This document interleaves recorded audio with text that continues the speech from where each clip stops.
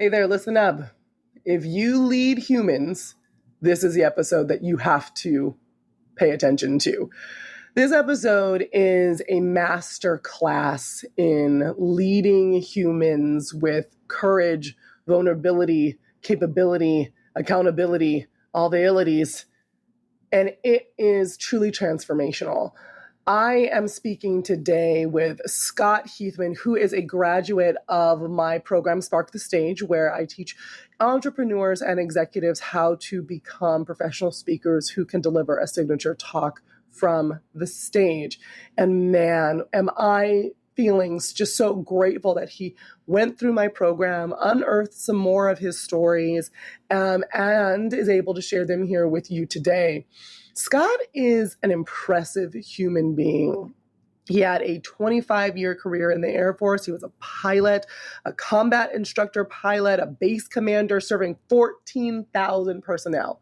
Let me just let that sink in for a second. You leading your team of 5 and being stressed out. He led a team of 14,000 people. And throughout his career and his life, and you'll hear in this episode, he had to learn and build resiliency. And my goodness, he has done that. In this episode, you are going to learn kind of like from a next level, putting your problems into perspective, going to someone, if you are living your life with your bachelor's degree of life experience, you're going to get someone here with their doctorate of life experience and leadership experience, inspiring you and making you feel good about the way that you can and should be leading your team. I am unabashedly saying that this is one of my favorite episodes, favorite conversations. And if you are leading people or plan to lead people and plan to make your story that of a good leader, then my friend, my dear listener, my dear leader, this episode is for you. All right, let's go. Welcome to the Flourishing Entrepreneur Podcast with Alea Harris. If you're looking for actionable ways to overcome communication and differentiation challenges by sharing radically authentic stories, you are in the right place. Listen in and learn how to stand in the power of your unique narrative to transform your personal life, business, and workplace culture. And now, your host, award-winning international speaker, strategic storytelling consultant, and Japanese whiskey lover, Ruby Coral's mom, Alea Harris.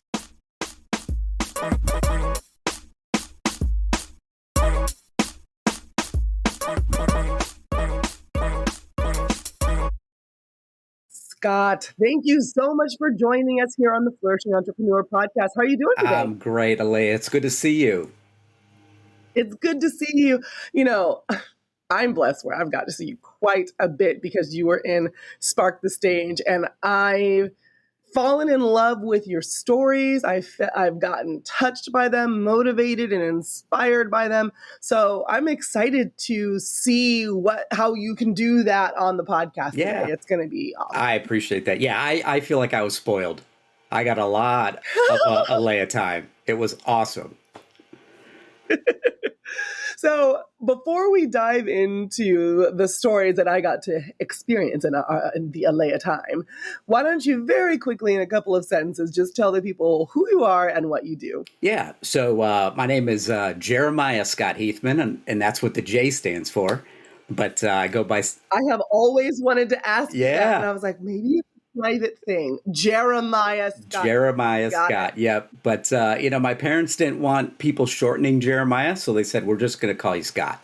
So, but yeah, I grew up in Minnesota, always wanted to fly airplanes, so I chased that dream down and entered the Air Force and flew planes for a little over 20 years. And I really only thought I'd stay for, my commitment, and ended up staying for 25, and just recently retired about a year and a half ago.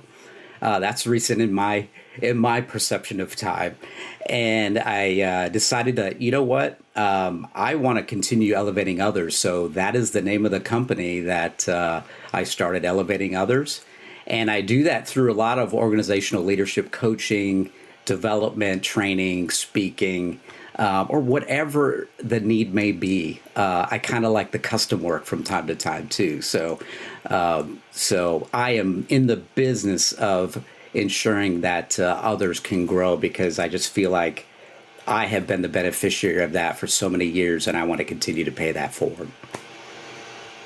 Well, I've been the beneficiary of that, just knowing you. It's a beautiful thing when you meet someone who does something for a living that just naturally comes out of their bodies.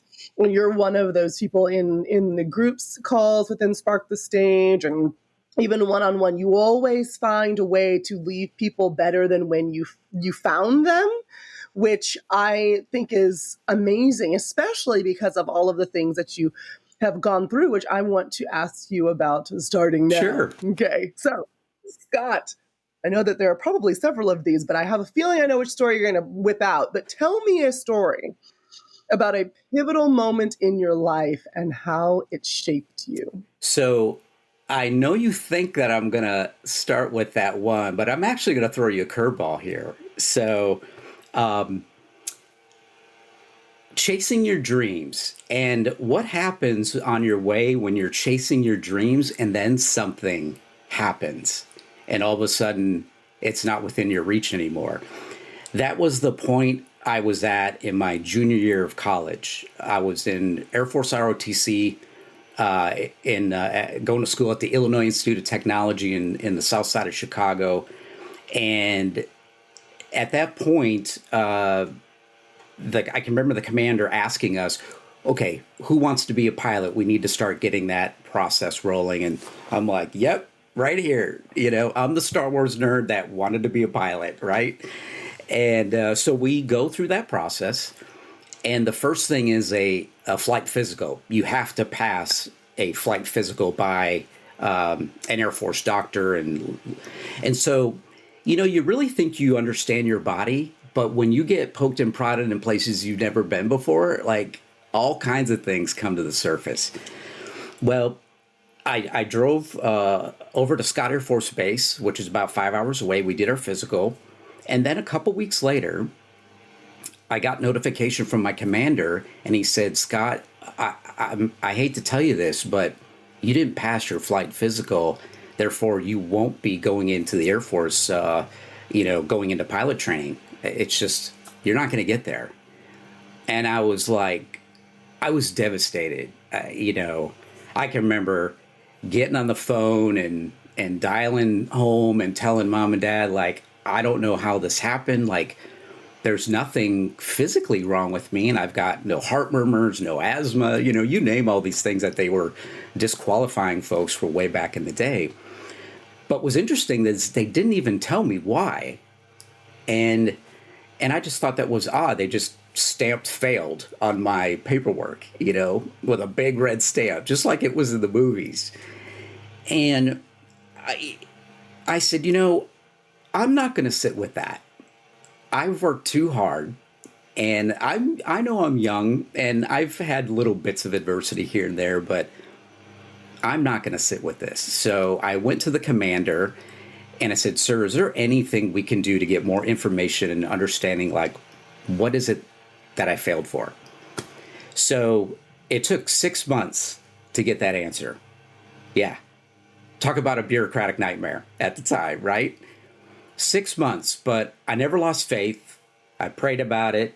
My teammates helped me, stay positive, stay optimistic. I focused on my studies, and we knew the answer would come to light. And it turned out that I was too short. That's it. And I was like, and it's funny, my dad and I were having a conversation like a couple weeks prior, and he said, it's probably something stupid like you're too short or something. And that's what it was. It was.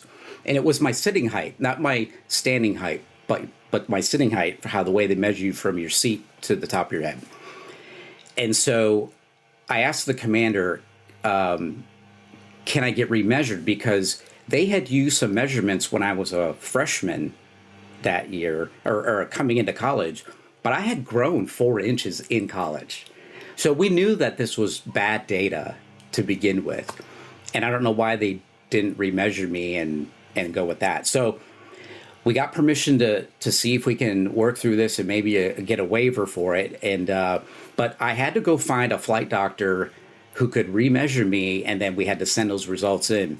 And the nearest flight doctor was up at Great Lakes Naval Air Station, which is on the way north side of Chicago. And he was working a night shift and said, look, I can measure you, but you're going to have to come up here at like 1 a.m, this Friday. And then otherwise he's going to deploy for a while and he's going to be gone. So me and my buddies get in the car. I remember they let me lay down in the back seat so that I could, make sure gravity wasn't pulling me down and stretch me out. Yep. And we drove all the way up to Chicago, on the north side of Chicago.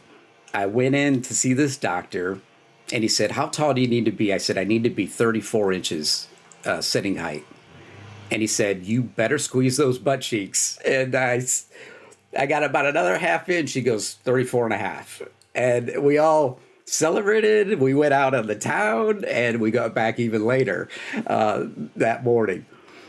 We sent the results in, and about a week before I graduated, I got notified that I will be going to pilot training, and it all worked out, So. Oh my goodness. So that. Oh my goodness. That would have crushed my dreams right there. But, if you want something bad enough, it's my philosophy to say, to not accept the first no. I say, if somebody says no 7 times, probably not going to happen then. So I've always been one of those people I'll hear no, but I want to know why, and then maybe look at, are there some other paths around that to get to that point to be able to work through that? Because oftentimes that first no, it just may be bad information, bad data, whatever it might be, and an opportunity then is washed away. And so I just say, never give up. Keep fighting. Wow. I mean, the ups, the downs, all arounds in the story. Such a good storyteller. And then there's so many parallels. I was thinking there's another story that I'm sure Scott will get into at some point in time that was going to be the pivotal moment. Like you said, you did surprise me by telling this story, but I was thinking that I guess wrongly, it doesn't make sense now that I'm really thinking about it, that all of your character was formed in through another adverse experience. But it's amazing to me to see the through line throughout your life's stories around never giving up, finding new ways, also around you and your conversation with your body and your health and doctors, and how that seems to impact you at so many parts of your life. But then that also means that you're able to use such a positive, you mentioned there's a positive mindset from yourself and then help supported by others to get around all of those challenges. And I think that that's amazing. I was having a conversation with somebody.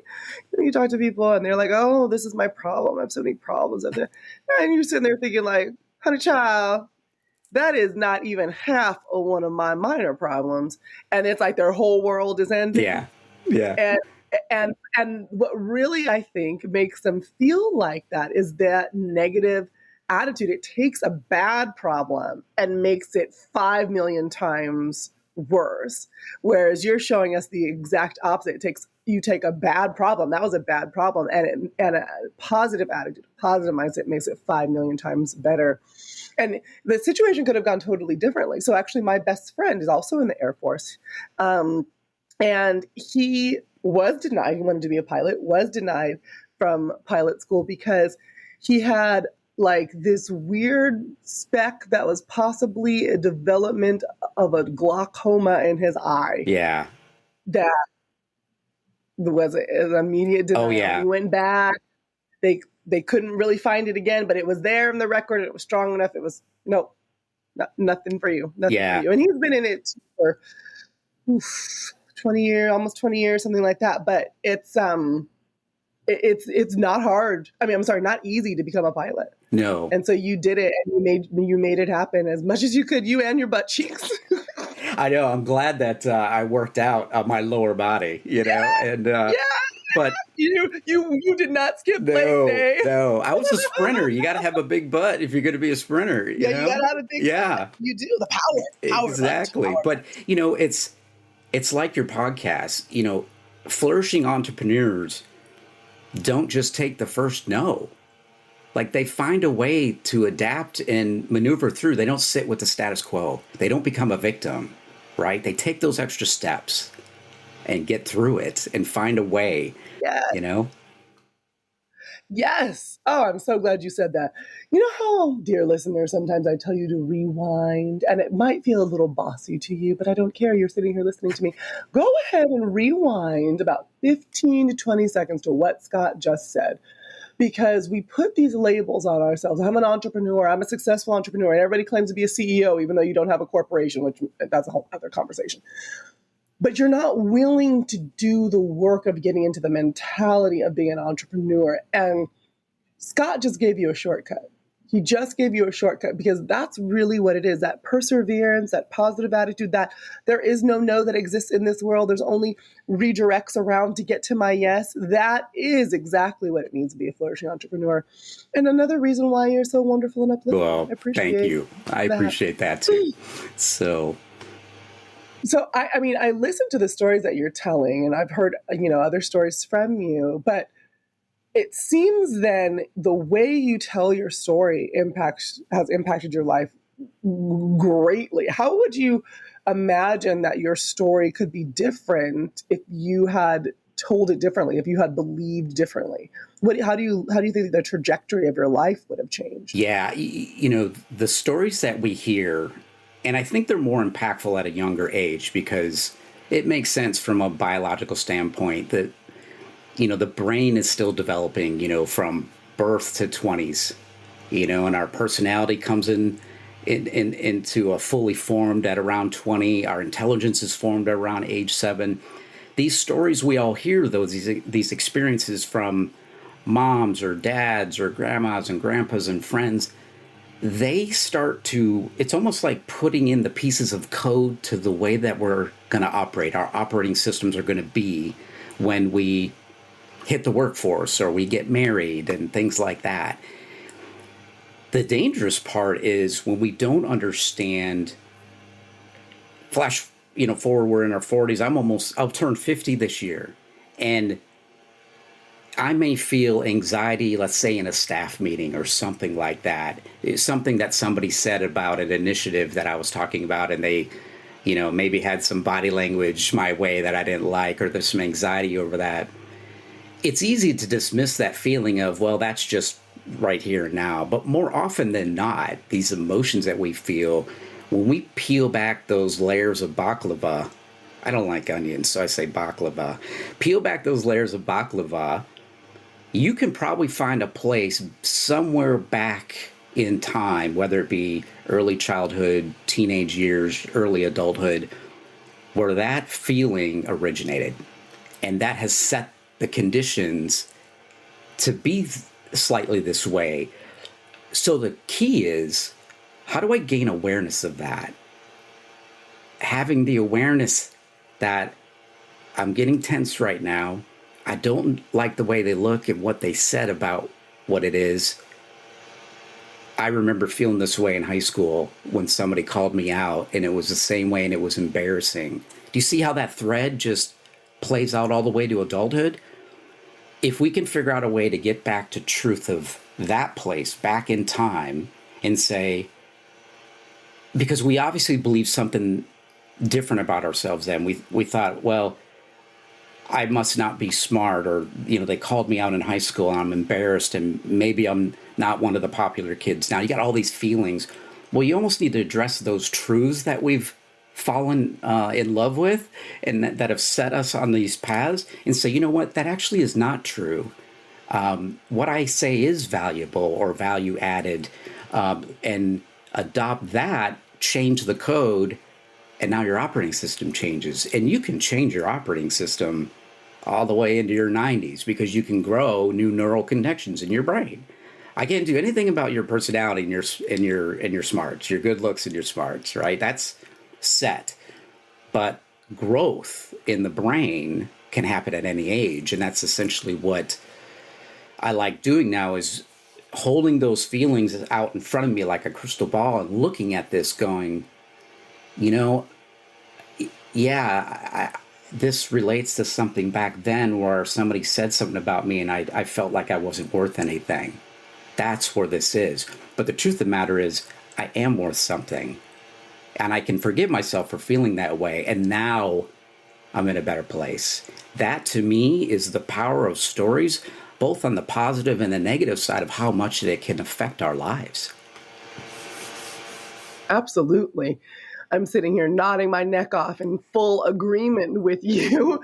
As you know, Scott, I am very woo, and I was listening to some Abraham Hicks things, and it's really about truth is only truth because enough people have put their energy towards believing it, repeating it, perpetuating it. And you could be one of those people. Yeah. You got this little corner of this little kernel of an idea. Oh, I'm not smart enough, whatever. That happened when you were in high school, like you said. And then everything that you replay that in your head. The people around you told you that and showed you that as well. So then that becomes your truth. But it's not a truth that needs to stay the truth. Yeah. As soon as you change your story, the story you're telling yourself, that truth can change. I've been doing this a lot around my relationship with money, changing my truth around money, changing my truth around my beliefs about money. And it's been amazing. Not only I have been making more money, which is wonderful. I'm a big fan of making more money. But it's also how I feel about it. Yeah. The anxiety and the stress and all that leaves because I'm inviting in another truth. So I love that you mentioned that awareness, but I do have a question. How do you get that awareness first? Because that needs to happen before you can know that you even need to rewrite your story. You were talking about the awareness of the emotions in the moment. How have you been able to get that? You know, I do a lot of emotional intelligence training in my business, and been teaching for about 7 years. And when you talk about strategies of increasing self-awareness, these don't have to be these gigantic, theoretical, tough things to do. But sometimes the smallest ones are tough to do. So things like journaling, being aware of what's happening around you, or even better, identifying some of the ways the emotions being triggered with inside. So for instance, in the Air Force, every 5 years we go through physiological training.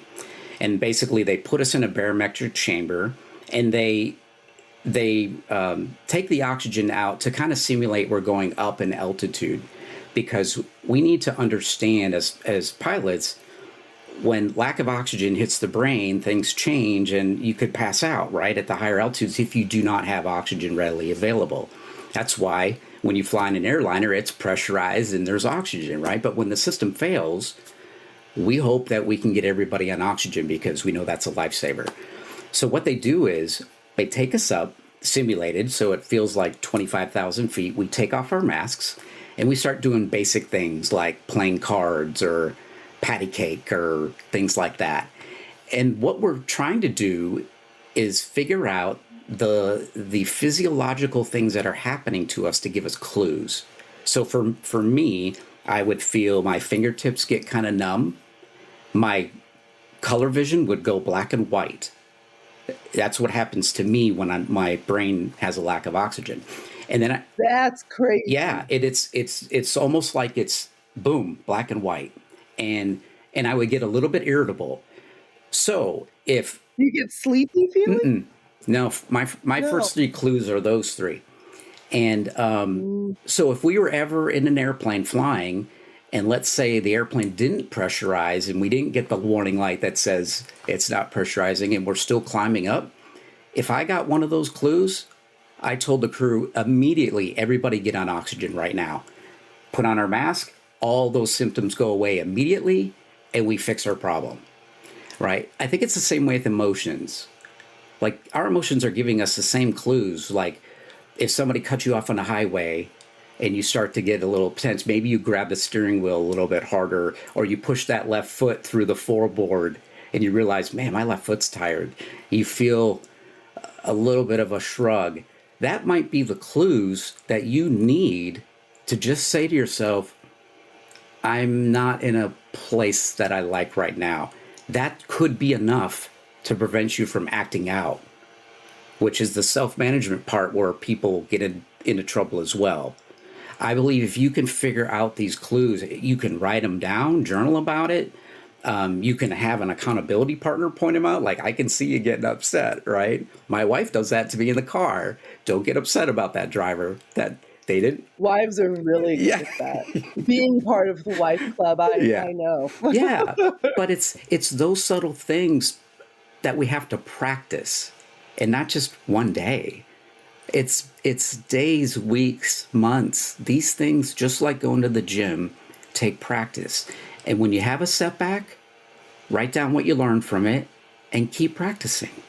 It will get better, and you will get to a point where you will notice that your level of self-awareness is going through the roof.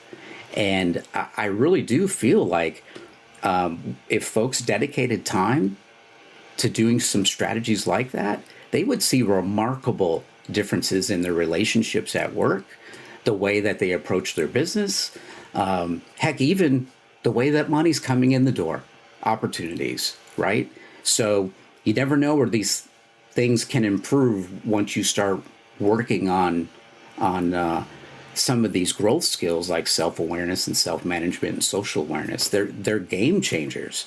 And I really wish more CEOs and chief HR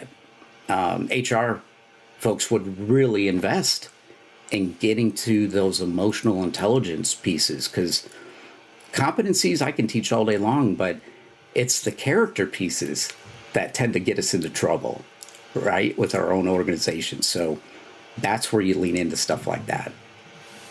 With our own organizations and with ourselves. Exactly. Starts with us. Many areas. It does start with us. It starts with us.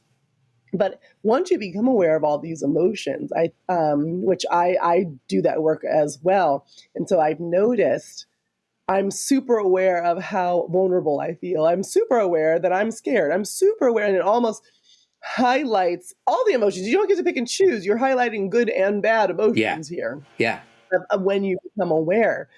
And sometimes those emotions, because they're more in our face, they can be an excuse for us to not move forward. Well, I'm so scared. I can feel the fear. I'm paying attention to the fear. I'm paying attention to the vulnerability. Let me not move. Let me not move forward. Yeah. And I would love for you to tell us about a time when you maybe were feeling that vulnerability feeling intensely. You were hyper aware of it, and it made you feel reluctant to share part of your story, but you did it anyways. And what was the outcome of that, and how did it shape your relationship with feelings, but especially with the feelings of vulnerability and courage? So did I ever tell you in our time together the story of the colonel, the base commander, and Toby? Did I tell you that one? Oh, no, I know about Toby. Yeah. But I haven't heard this story. Well, tell me. Story time with yes, Scott. They're all one and the same. They're me, all right? The colonel, the base commander, and Toby. And I'll let everybody know here who Toby is in a second. But 2018, right before Christmas, I was a deputy commander of a base out in Washington State. My wife and I were rear-ended at a stoplight. Luckily, it wasn't high speed. We were all good. I had a little bit of a neck injury. And so right after Christmas, right after New Year's, I had all the x-rays and MRIs and everything.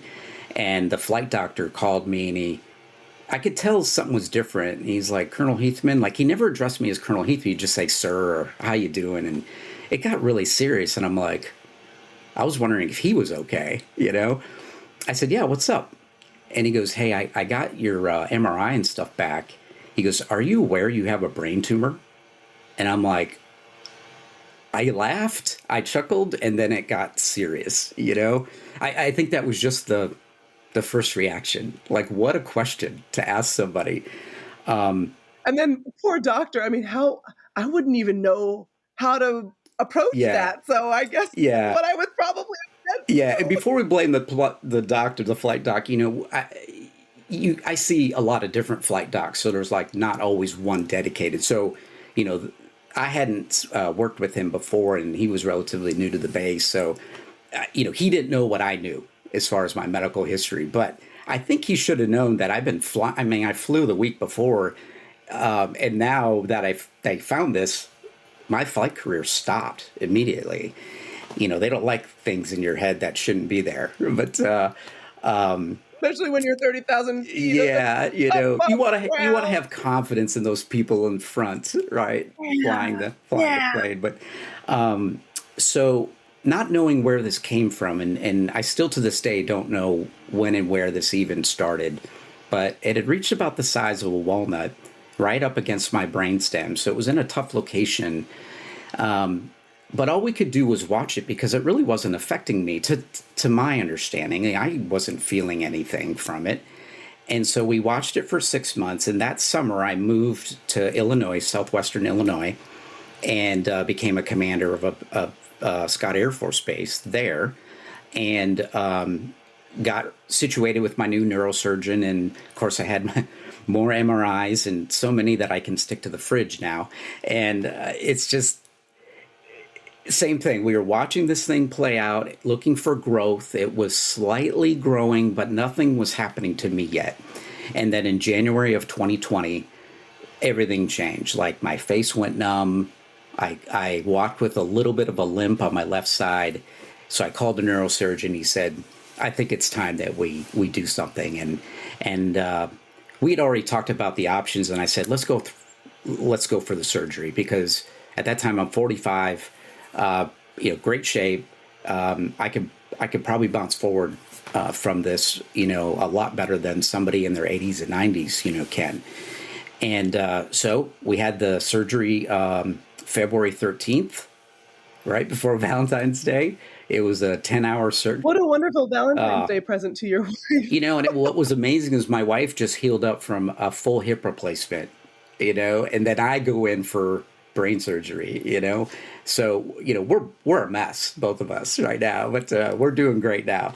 But at the time, we were barely getting by. But yeah, I had this 10-hour surgery.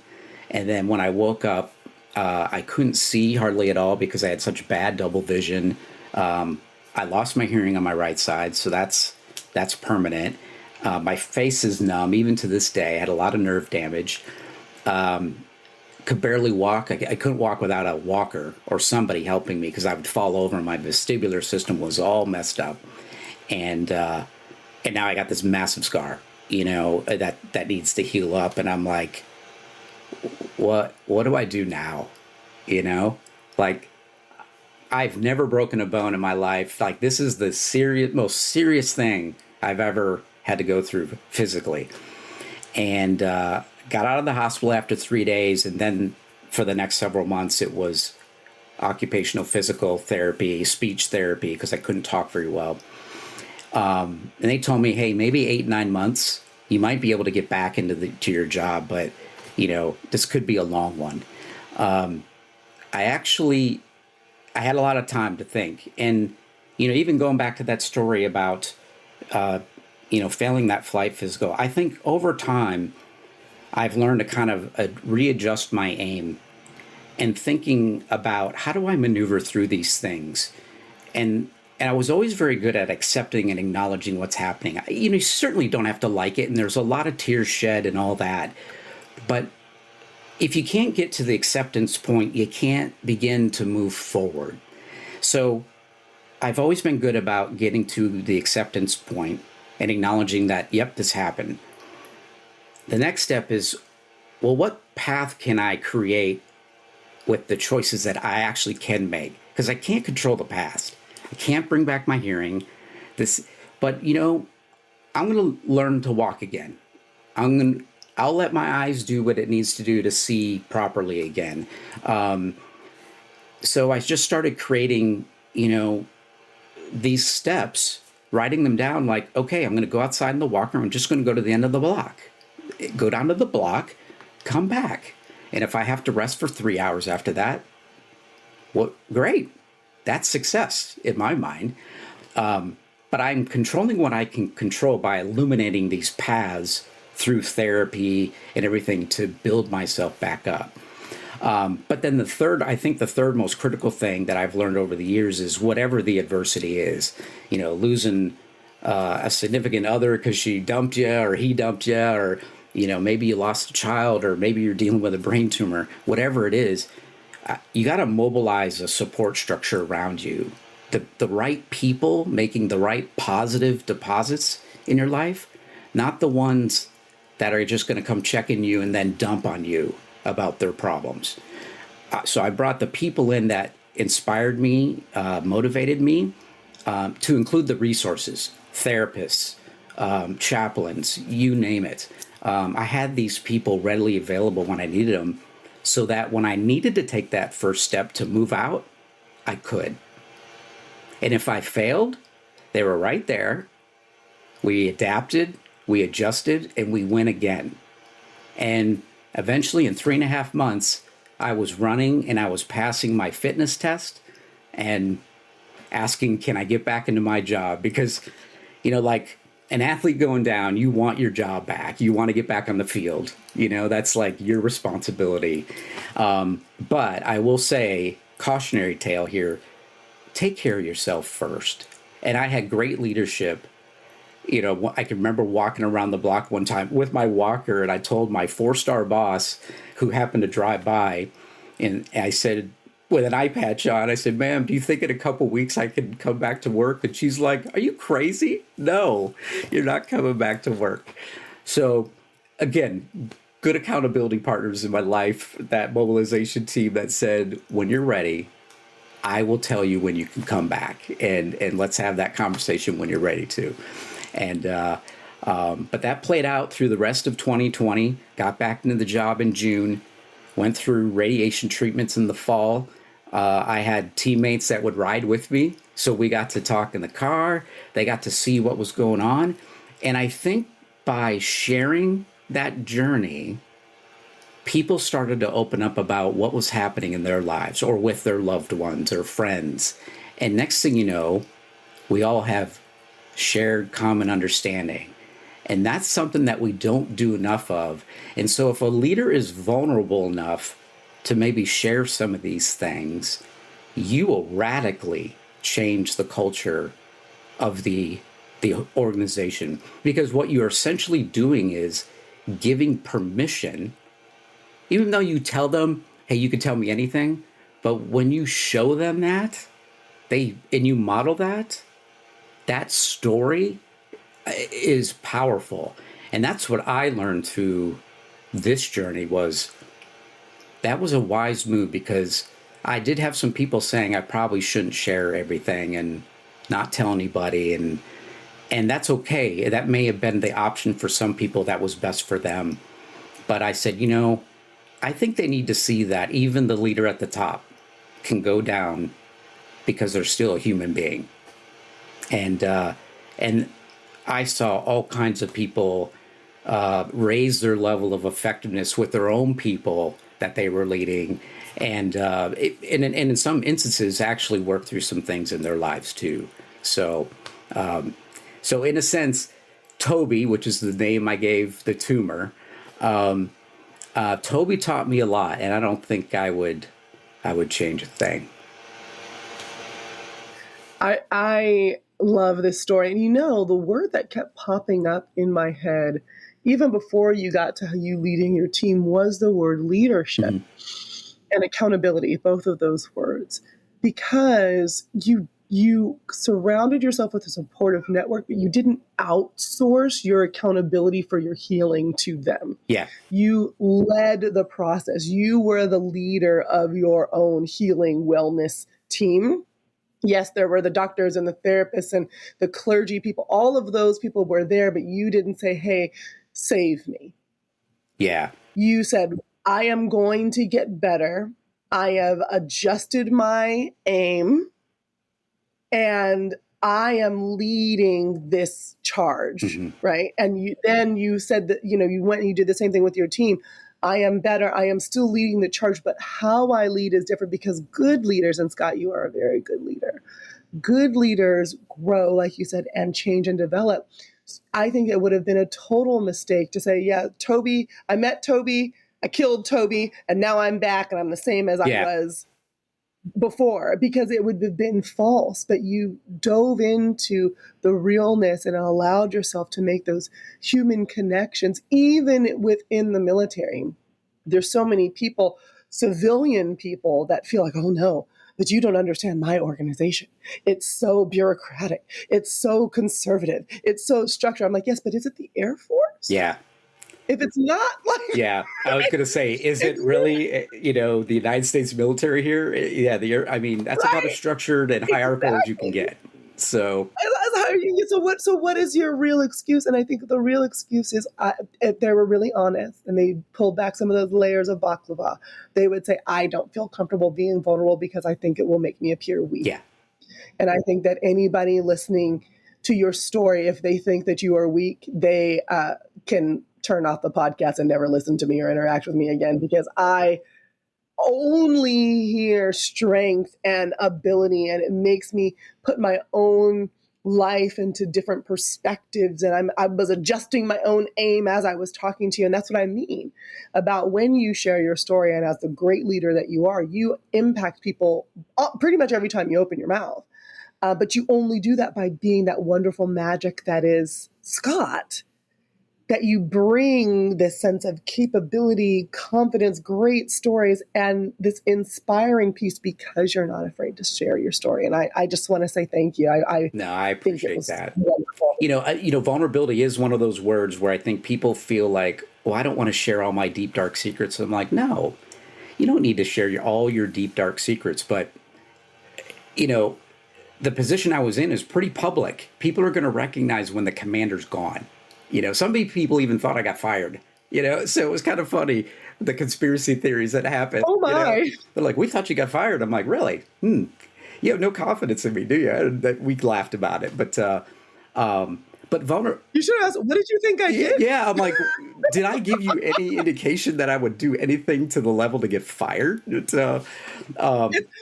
you get to your level, isn't it pretty difficult to get fired from the Air Force? It can be. I mean, people. You'd have to really. It's not like, oh, you just rub someone the wrong way. Like, you'd really have to go out and do something. Yeah, I mean, people make bad choices, and they get fired over them, rightfully so. But it egregious. I mean, it's egregious. But I also think of vulnerability too, like, as a leader, when you come into a room, you're bringing in your emotions, and you actually have a mirroring effect on the rest of the organization. And the higher you are, the faster your mood rolls downhill. So I was very cognizant too that if I came in like on a Thursday morning because of a bad mood maybe we had a power outage the night before on base, and squirrel hit a transformer and knocked power out, and I was up all night, just getting updates and things. Everybody's doing exactly what they're supposed to do, but I'm just cranky because I'm tired. If I come in that morning, act different than what my normal operating style is, it's going to get noticed.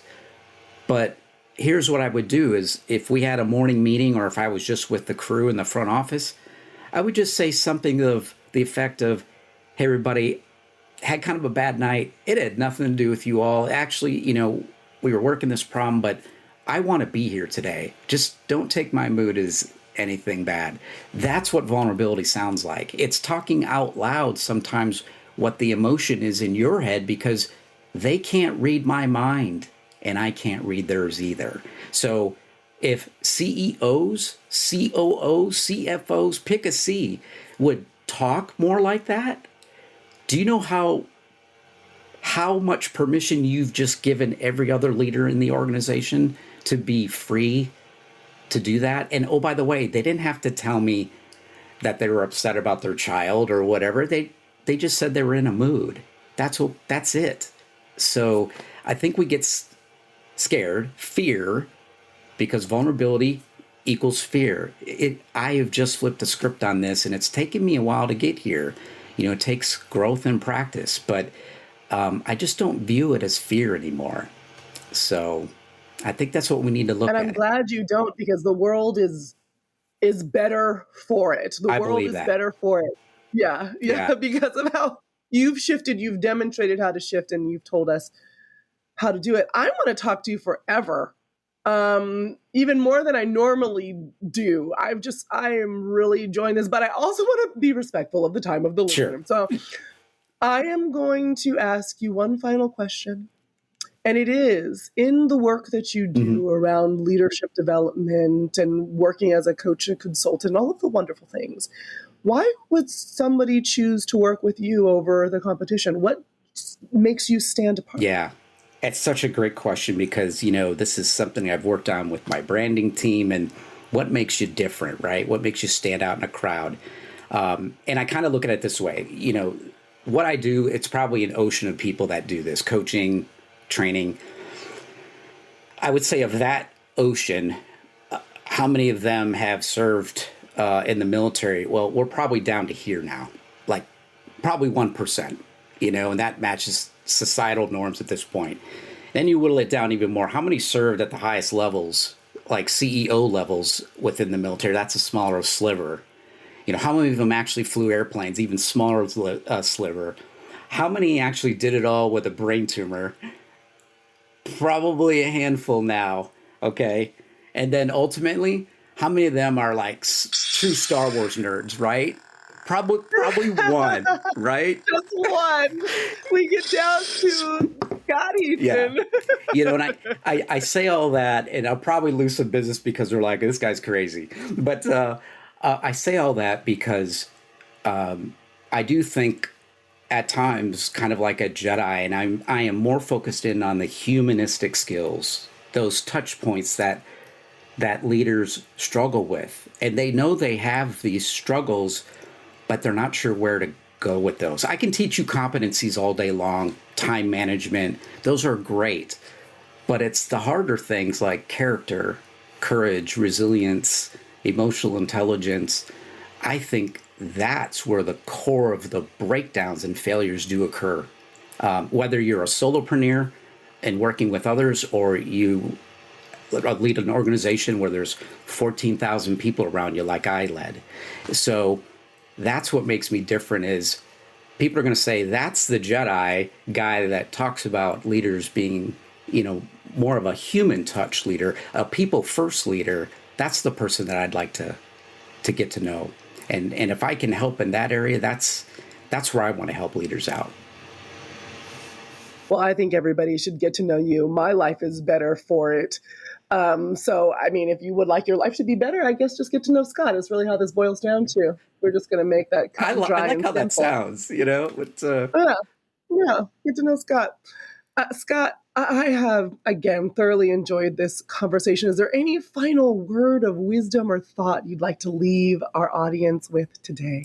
I really do believe it's people over everything. You can get so easily wrapped up in the customers first or the strategy, this and that. Start with people. When you're lost, go back to people first. Get to know people below the surface of the water if they're this iceberg. Stop judging them by the 10% you see and the 90% you don't. People first. And I know leaders will say, well, that takes a lot of time. Well, how much time are you spending in broken relationships and staffs and things like that, letting people go and people that leave the company because of a bad relationship with a boss? How much time and money are you spending on that? I'm into the upstream prevention. Let's work on that ahead of that and save all that time for more important things. So people over everything. I think that's where leaders really need to start focusing in on and have that mindset in everything they do. Well, Scot, you are my favorite Jedi, for sure. For sure. Thank you. Forget about Luke and Obi-Wan and Yoda. My favorite Jedi is Jeremiah Scot Heathman. Yes, sirree, Bob. Yes, sirree, Bob. Thank you for joining us here today. It's been, I don't say this on every episode, and if you are listening, you've been a guest on an episode. Take this into heart that this is actually one of my favorites. So maybe you should be jealous and maybe you should come on and we do another episode because this episode has been one of my favorites. Well, this was fantastic. I loved it. So thank you. Thank you. Thank you. Well, wasn't that amazing? I mean, right? Scott is just the best. I would go as far as to say he's the bee's knees. He is definitely living and embodying his whole concept of commanding with courage, putting people first, developing emotional intelligence, growing resilience, and leaning into vulnerability and authenticity. And it shows. I ask you now, what excuses are holding you back from leading like that, from being a better leader? Is it, oh, I have too many people on my team. I have to put out too many fires. I can't figure out how to do that. Again, I reiterate to you, 14,000 people. He has led a team of 14,000 people. So your little 10 little people on your team, put that into some perspective. He was still able to lead with courage. Is your excuse somewhere along the lines of, well, I just don't know if they want to hear this from me? Yes, they do. Just like Scott's team wanted to hear about his life, and then share of their own. They want to hear from you. And then also, secrets are not good for people's imagination. When Scott didn't tell them what was happening, and before he did, they thought he got fired. Not that he was going through this transformational experience and coming back with an even better aim than he had before. Whatever the reason is that you're telling yourself for not stepping into true, accountable, compassionate, vulnerable leadership, I would argue that it is an excuse worth putting aside so that you and your team and your company and your career can reach your fullest potential. Because without those excuses, you can aim so high. And I want that for you. I want that for our corporate and entrepreneurial landscape. And more importantly, I want you to be able to experience what it is like to be your full and beautiful, radically authentic self in all areas of your life. If you liked this episode, which as you can tell, I'm kind of fangirling a little bit. Like, I really like this episode. If you liked this episode, be sure to subscribe to the Flourishing Entrepreneur podcast.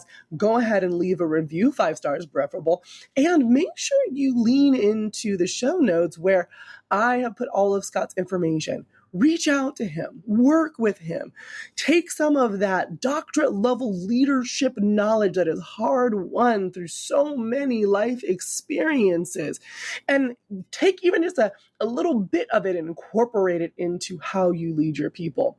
You will be better for it. All right, until next time, this is the Flourishing Entrepreneur podcast. My name is, in fact, Alea Desnay Harris, since we're sharing our middle names on this episode. And I am sending you, dear listener, love, light, and abundance. Bye for now. Thank you for listening to this episode of the Flourishing Entrepreneur Podcast with Alea Harris. Vibing with what you hear? Leave a 5-star review to spread the love, and be sure to click subscribe. We wish you love, light, and abundance. See you next time.